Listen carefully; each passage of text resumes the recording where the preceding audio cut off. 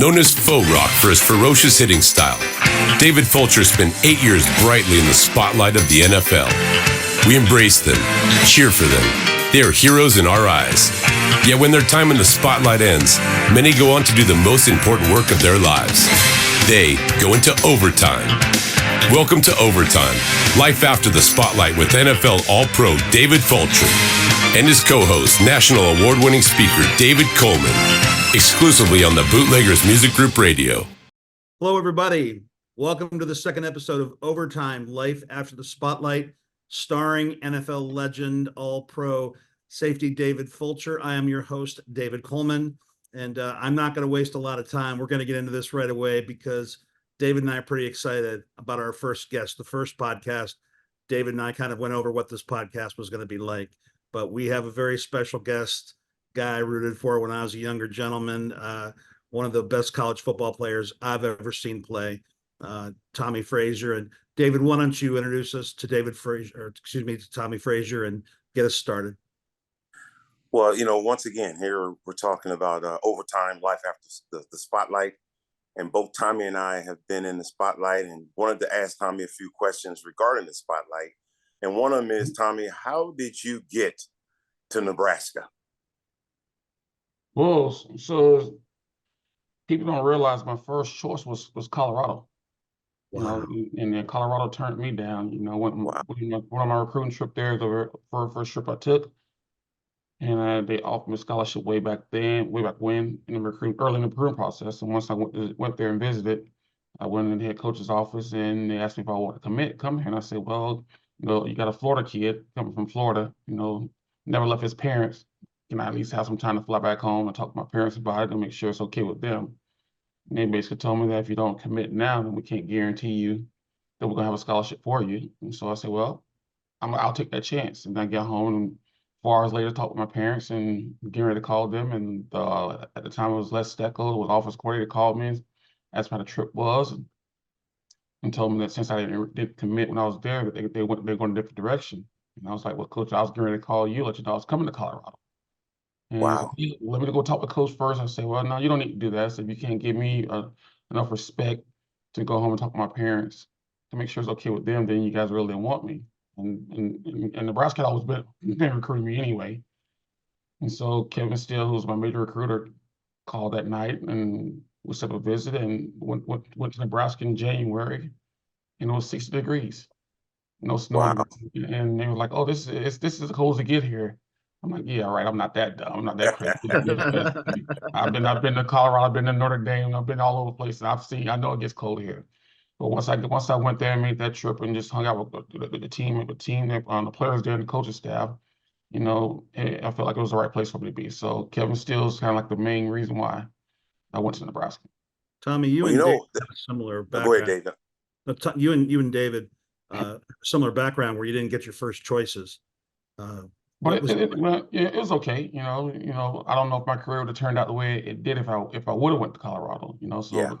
So it was a blessing for me that they didn't want me, and I was able to go to Nebraska, and great things happened for me. When you hear this story, Dave, and you've heard it before from me, my first choice was not Arizona State. Being a California boy, it was USC and UCLA. But when they kind of shunned me off, Arizona State said, we want you to come down here and play. Now I get a chance to play against USC and UCLA. So Tommy and I's stories are kind of similar. And Tommy, we were together last week, man. I feel like it was just yesterday. We were down at Walter Camp. We spent a lot of time together, didn't we? Oh, yeah. And Walter Camp is a foundation that celebrates the up-and-coming college football Americans, the Heisman Trophy winner, all the Dick Buckus Award, all those guys. And Tommy and I both were part of the Walter Camp Football Foundation. Tommy, obviously 10 years younger than I. So when Tommy came in, I was already there. But Tom, I got to ask you a question about Walter Camp, man, because there's a lot of All-American teams out there, and we were both chosen for Walter Camp. But we also have something else in common, and that is College Football Hall of Fame. And you were inducted into the Hall of Fame in what year? 2013. Okay, 2013. So both of us have kind of similar stories. Both of us are college football Hall of Famers. Yep. And Walter Camp brought us in this past weekend. And how did that go for you as well as it went for me? Oh, I had a great time. I think the most exciting part of the weekend or the week, because we were there got there Wednesday night, we were there to Sunday. I think I enjoyed more of that weekend of going to the schools, talking with the kids, going to the hospital, doing the stay in school jams. That to me that's what it's all about. Yeah. We're getting up there in age, and if we can go inspire younger kids to maximize their education, because we both know that football is playing sports is a short part of your life, but your education is the rest of your life. And Yes. and just was just encouraged by how attentive and how those kids paid attention. And then just going to the children's hospital and put a smile on those kids' face, because they're Yeah. going through a lot in life right now. And I have 2 kids, they're older, but you still hate to see one of them go through something tragic or catastrophic or bad in their life. And so just being able to put a smile on their face and do things, that to me, that's the most important part of the weekend that I enjoyed. Oh, yeah. Oh, yeah. Really neat. As we tape this session, this podcast, it's right in the middle of the first 2 rounds of the NCAA basketball tournament, March Madness, and watching those games yesterday and watching the upsets. All those kids are trying to win the national championship. They're doing everything they can. You not only won 1 at Nebraska, you won 2. You won them back to back. Can you tell us? And don't forget, I played in 3 straight national championships. People That's right. He did. We played in 3 straight national championships. That might even be more remarkable. But to win them back, to win one. First of all, what's that feel like? What's it feel like to win 2? There's a 75-yard run that you're legendary for, right, against Florida. I tell people all the time that the toughest one is always the first one. Because you haven't done it, you're there. And let me go back. 93, we lost it we missed the field goal as time ran out. So if we kicked the field goal, we win that one. So we go back in the next year, we're determined that we have everything that we need to win it. We just got to finish.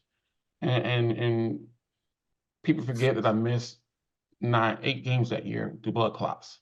And so I didn't come back until the bowl game, and it was tough for me, because when you miss 8 games, you try to come back, you're not yourself, because there's timing, there's rhythm, your body doesn't feel the way it was, because you don't work out like you did beginning of the year. So I was a little sluggish that, and I started the game, and then Coach Osborne, people want to say he pulled me, but it was already set that plan that Brooke will take over in the second quarter, and the guy who's leading the team will finish the game. Well, Brooke went in and led the team, and he was doing his best, and he played the second and third quarter, but I was able to get back in the fourth quarter and give our team a jolt and let us down the field to 2 touchdowns, and we're able to beat Miami. So I think for me, that probably was the most difficult one for our team, because it's very rare you see a quarterback start, leave a game, another quarterback goes and play well, then he start playing not the greatest, and then you put him back in, a team win. It shows just the character and the bond that the team had, that we were going to win that game no matter who's in that plan. But it was fun. And then the second one is, we kind of knew that year that the only team that can beat us was ourselves, and we played that year to where no team had really came close. I think the closest victory we had was 14 or 21 points. Wow. But everybody else when we averaged 52 points and gave up 17. So that tells you the margin of victories that we saw. The game was that if we beat ourselves, then that's the only we're gonna lose games, and then we would make sure we didn't beat ourselves. But to win 2 in a row, it hasn't been done very often, and it's a hard feat to do. And so I was just happy that I was able to be part of the era, a team that was able to do it. Yeah. So what we call this overtime, life after the spotlight, and overtime in sports, there's going to be a winner or a tie. Most likely there's going to be a winner, not too many ties. And then life after the spotlight. Tommy, tell me a little bit about, both of us have been in the spotlight, and we may still be a little bit in the spotlight, but not like it was years and years ago. Right. Tell me what your spotlight looks like today, as we go forward with this podcast. I think my spotlight is brighter, because it's outside of the sports era. It's more in the business side of things, and And it goes back to when we talk with those kids about education. You know, as I told David, I graduated from college in 3.5 years and started working on master the second semester of my senior year.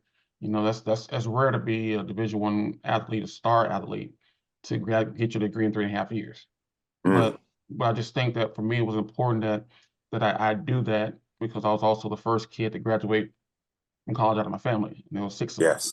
You know, so and I was number 5. So that just tells you that I always wanted to be greater than what everybody else thought I could be. Because you know, growing up in Florida in a 3-bedroom home with 6 kids, 2 parents, you don't look to see yourself graduate from college because you know I had to get a scholarship. I was going to go to college because my parents couldn't afford it.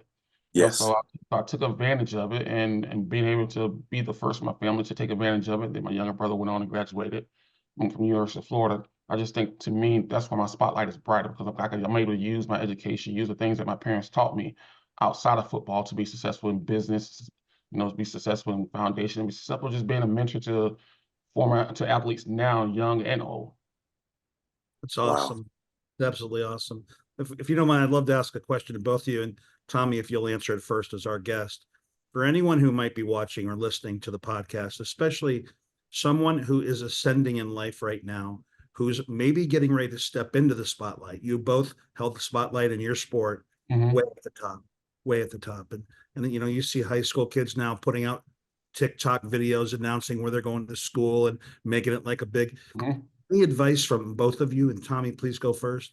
Someone who's either in the spotlight or they're going to be in the spotlight soon, how to handle themselves? Well, I'm gonna say the most important thing: make sure you stay humble. You know, because what's easily given to you is easily taken away. You know, so you're not bigger than who you are. You're not bigger than the sport. You're not bigger than life. So always stay humble because I'm telling you, those who don't stay humble, you know, they fall fast. They fall fast, and that's the one thing I know that I try to do when I was playing, and I still try to do today when I'm out in the public and the community and when I'm seeing people, even in business. You know, just stay humble. Just say yes, so thank you, no, ma'am, yes, ma'am, and don't think you're bigger than or better than anyone else because there's always someone bigger, better, faster, stronger, smarter. That's Wow. great. You know, I say the same thing, you know, stay grounded, you know, and stay focused. There were so many distractions for me growing up in Los Angeles where I could have been subdued to the gang violence or drugs because that's what all my friends did. And I wanted to be with my friends, but I realized that those weren't the Mhm. things that I wanted to do. So like Tommie said, I mean, you know, the people who are 5'3", 120 pounds, you can't get no bigger by swelling up. You know what I mean? You Right. can't get 6'5", you can't get 240 pounds. You are who you are. And be the best person you can be. And just give 100%. You know, playing defense in my career at college and then in the NFL, I realized that I had a job to do. I couldn't do everybody else's job. And I'm pretty sure Tommie was the same way. I'm kind of glad that I didn't have to face Tommie back in my day because Tommie was too fast. I had to do a lot of running. But I will tell you this here, for any young man or young lady listening to this podcast, whether you're in Cincinnati or you're in Omaha or you somewhere else, it doesn't matter. I think that the driven goal is this: be the best that you can be, give 100% of what you do, and if you fail, get back up and continue to get better. And I think that's what the overtime, the life after the spotlight, shows Tommie and I, because we keep giving back to our communities, to our nation, and to the football people that have followed us. You know, we don't want to let them down, and so we continue to keep doing the things that we need to do. And just to piggyback on that, the recipe doesn't change. You know, if you No, look at any successful person out here, it's the same recipe. You know, you got to trust yourself, believe in yourself, and not be afraid to ask for help. Because I think that's the one thing I'm seeing this generation growing up now that they're afraid to ask for help. They're afraid to be vulnerable. And sometimes being vulnerable is not a sign of weakness. yeah, You know, and so I think that even in my life today, I go see a therapist. And people say, why do you need to see a therapist? Well, I have problems in my life just like everyone else. I need advice from people. I need a professional help.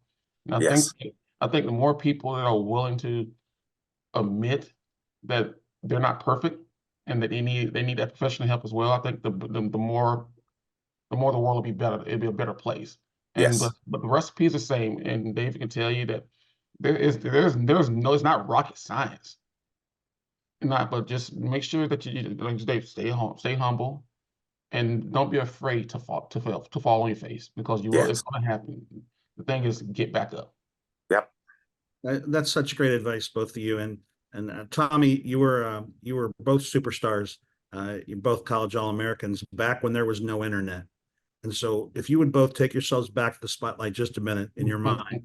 And Tommie, I'm a professional public speaker. I've been in Nebraska many times. There's two things in football, or excuse me, there's two things in Nebraska: breathing and football. So, that is true. And you were there, arguably among the most popular and most successful time they've ever had. What was it like to be in the spotlight in a place where football was everything? Well, and there's no internet versus the kids today. I can tell you right now. I can tell you right now, if the internet was like it is today back then, there'll be a lot of things that I didn't want people to see. I'm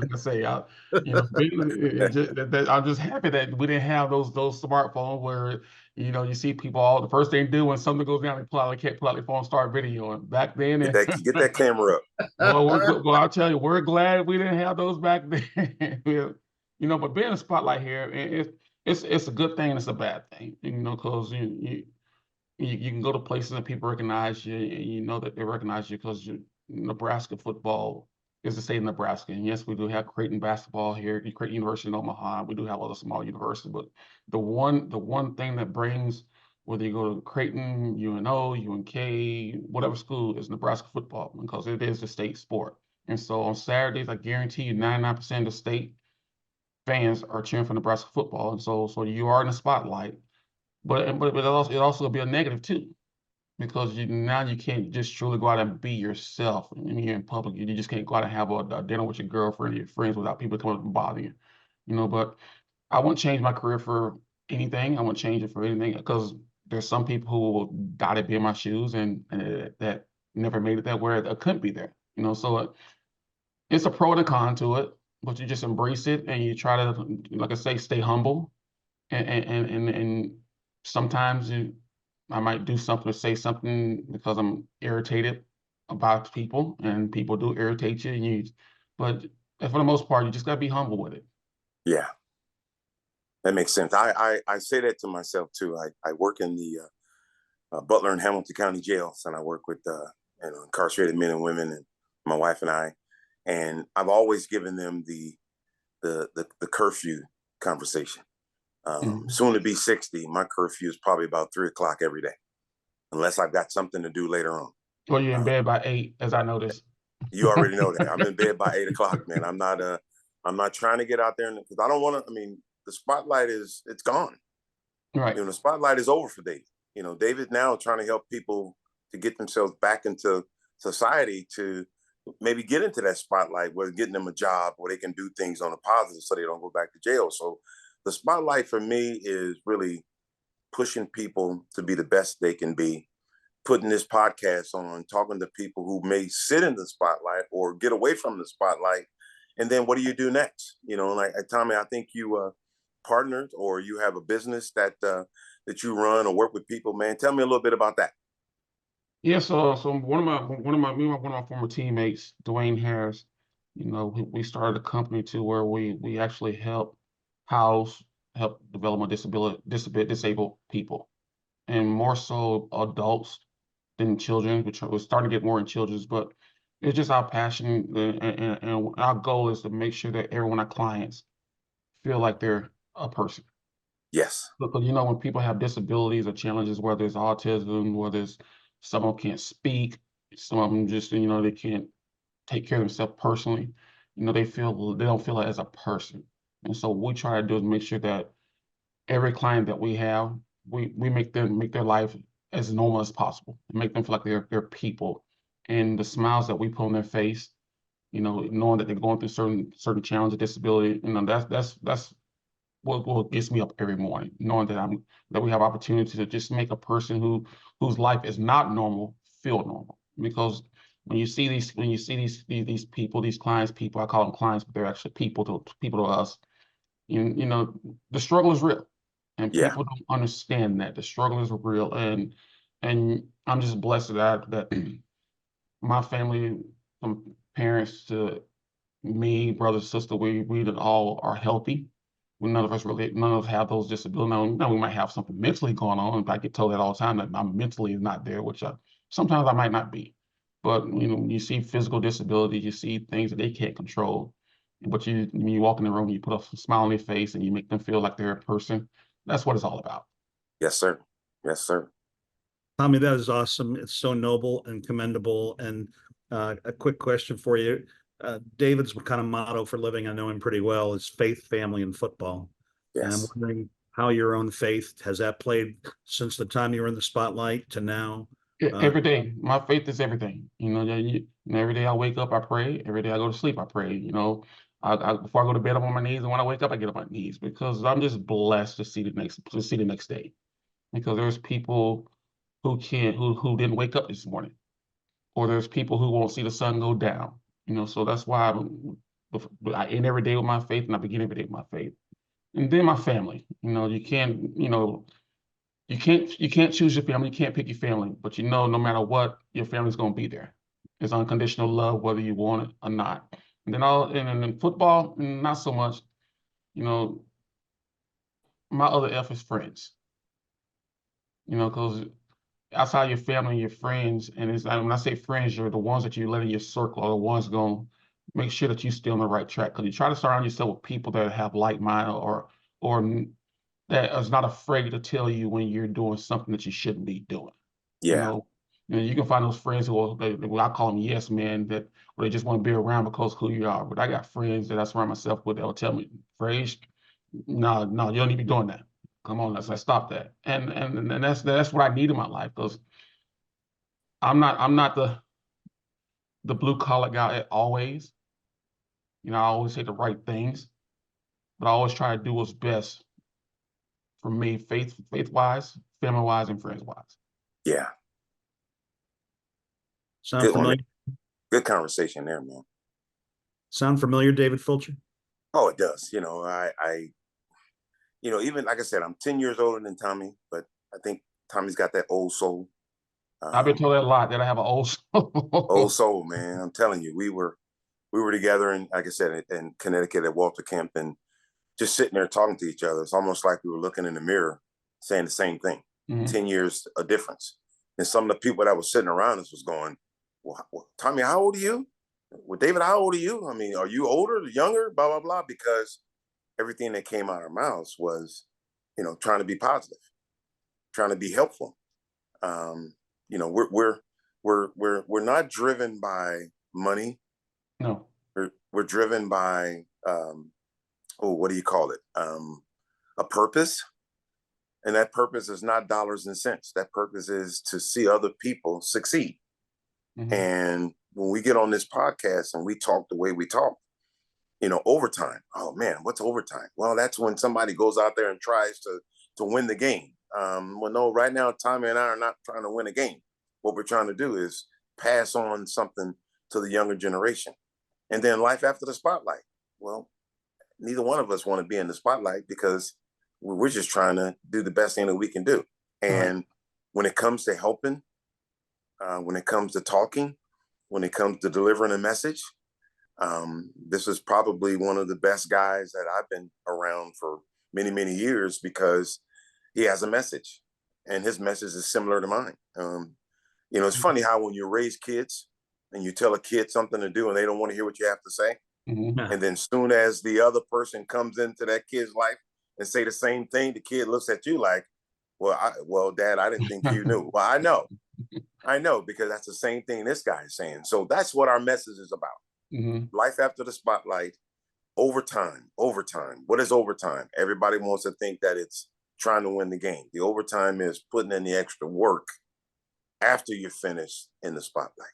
Gentlemen, I have a quick question for you. And I think I would be remiss as the host, and I would get some displeasure email from fans if I didn't ask this question. You're two of the most popular college football players and football players to ever play. And I'm going to magically make you the same age. So David, poof, you're 10 years younger. Tell people, Tommie, you start as our guest. Yes, please don't make me 10 years older. No. I let Faux Rock get a break on 10 years here. So, gentlemen, tell the people watching this. Take us back to you both in your prime. You were in the spotlight. Tommie, you got an All-American defensive safety across from you. Tell me how you're preparing because you play him next week. And David, when he's done, you tell us how you would have prepared to stop one of the best college quarterbacks that ever played. Well, to me, that's not the question to ask, because my job was not to prepare to beat David Fulcher. My job was prepared to beat the defense that David Fulcher was on. And so my preparation was not, well, you focus on him because he is an All-American safety, but you got to focus on the other 10 guys over there too, because one guy doesn't make the team, doesn't make the defense. He's just a piece of the defense. And so my focus would have been on what can we do to be successful versus that defense.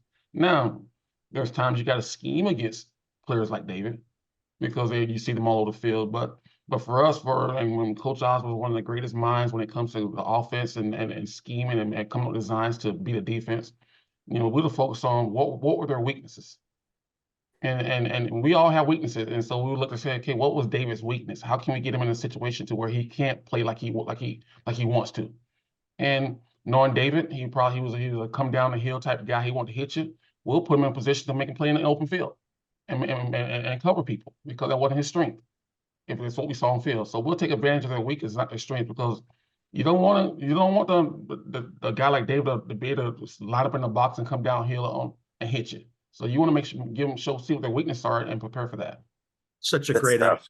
That's good stuff, man. Just such a great answer. Makes me want to suit up and go play. David, what's your No, I got the chills right now, man. Ready to go.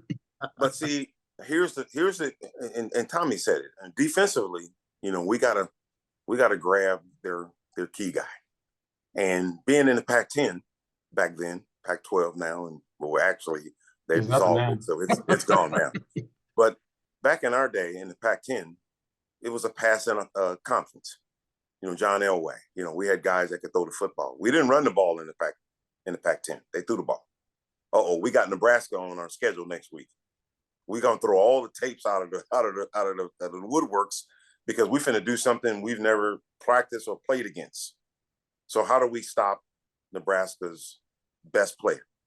And that's Tommy Fraizier. But see, Tommie, with that offense, he's going to get that ball to other players, and we have to adjust. So it would be very difficult for us to play against Nebraska because we don't see that week to week. Mm-hmm. So if they're going to take David Fulcher and say, look, man, we got to put you in the box, and number 15, wherever you go, you got to go with him. And then we got to have somebody else do things that we can keep Tommie in that little box. We don't want Tommy Fraizier getting outside the box. If Tommie gets outside that box, we're in trouble because we're used to taking our defense and spreading it out to cover wide receivers. Now, I think that Nebraska would probably, I'm not sure how many times Tommie threw the football, and I'm pretty sure he threw the ball, not a whole lot, but they ran more than they did. They threw it. Mm-hmm. We want to see Nebraska throw the football. We want to take them out of their game plan. Throw the football, have Tommie throw the ball. Not saying Tommie can't throw it, but their specialty is putting in them two legs on number 15 and making people miss. Because we played Oklahoma in the Fiesta Bowl in '82 with Marcus Dupree, and we had never seen a running game like that. Dupree had 260 yards in the first half. How we beat them, I don't know. We just kept them out of the end zone. So if I had to play against Tommie today and we're both in our prime, I would probably be at the box. We got 4 linebackers up there, bring up that safety. Now we got 5. And then they would just let me play free, fancy free. We call it today, it would be spying the quarterback, where David's going to spy 15 and make sure that 15 doesn't beat us. It'd be hard to get him, man. Tommie, I keep telling him, every time I see Tommie, I'm going, man, I am so glad I'm 10 years older than you. He'd have had me crossing my legs like this every time I come up to get him.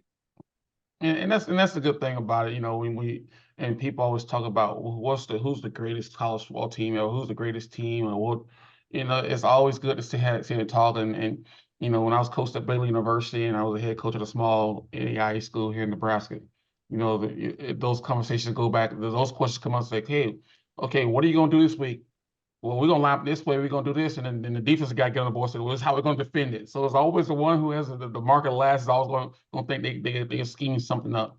But we all know, and David knows, and what you put on a whiteboard. I won't say blackboard because they're whiteboards now. What you put on a whiteboard doesn't mean a hill of beans until you actually get on that field, and they have to execute what you learned in the classroom, what you learned in practice. Because like Mike Tyson said, once you get hit in the mouth one time, once you get hit one time, how you gonna react? That's it. And everything changes because the speed of the game is different from what you see in practice. You know, the talent that you have running a scout team in practice is going to be totally different than what you see in the game. You know, so we can say, both David and I said, well, this is what we'll do, we'll do what we won't do. But until you get in between those lines and those linemen and start hitting each other and those running backs start blocking each other, no one knows what's going to happen. There's a lot of people listening and watching this podcast right now saying, I'd love to play for these guys and they should collaborate on something. But I do know this Dave would never got a free, clean shot on me. I do know that. Well, I would answer to that. It's not about, this is how I played the game. If I had a chance to have that knockout shot, I go get it, but I want to be a sure tackler. And if Tommy Fraizier if I hit Tommie at the 15-yard line, and if they're going in and he falls on the 13, I've done my job. But if I hit Tommie on the 15 and he goes into the end zone, I didn't do my job. So I want to make sure that I'm a sure tackler. I think that was the one thing that I can remember when I played. Right. I wasn't that big Ronnie Lott hitter, even though I had some shots.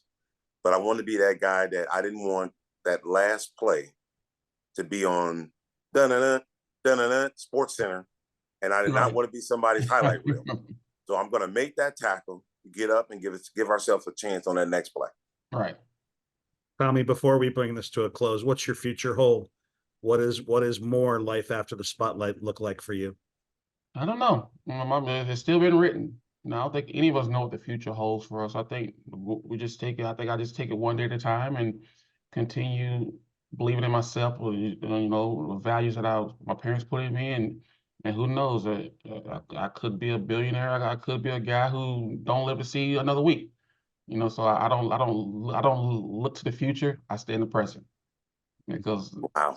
That's what it is. I live for the day, and when tomorrow come, tomorrow. And a guy told me the other day, he said he retired, and he said, he was sitting there talking, said, how was your Saturday going? He said, Saturday? He said, to me, it's just a day. I don't believe in Monday, Tuesday, Wednesday, Thursday, Friday, Saturday, Sunday. It's just a day. Every day is a day. You know, so that's how I'm choosing to live my life. Living for the day. Yeah, man. You know, I to piggy on that question, my future, you know, obviously I just want to continue to be blessed and serve my Lord and Jesus Christ. But I'm also serving the underprivileged. I'm also serving the folks who are incarcerated, because I'm trying to get them to get back out and be with their families like I'm with mine.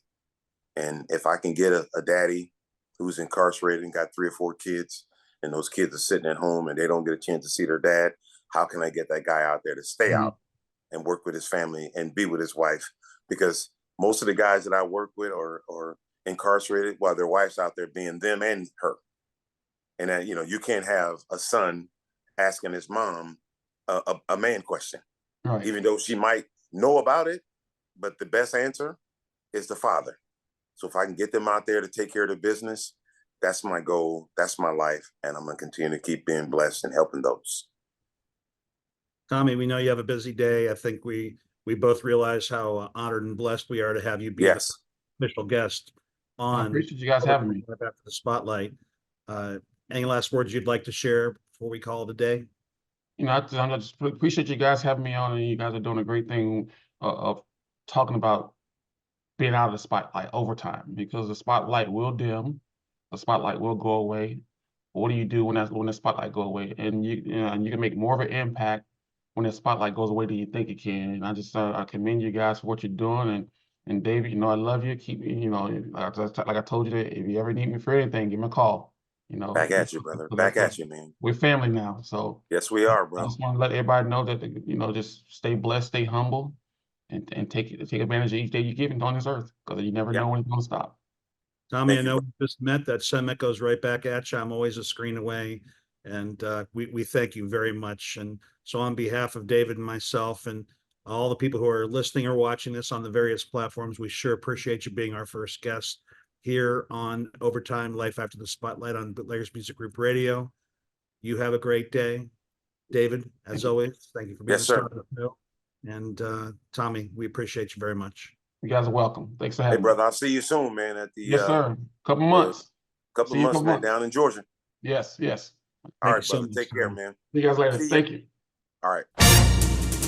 You've been listening to Overtime with NFL All-Pro David Fulcher and co-host, award-winning speaker David Coleman on the Bootleggers Music Group Radio. Be sure to catch all our shows and music by downloading our app at bootleggersmusicgroup.com. All content is published and owned by the Bootleggers Music Group LLC and Zasco Publishing and may not be duplicated without prior written consent.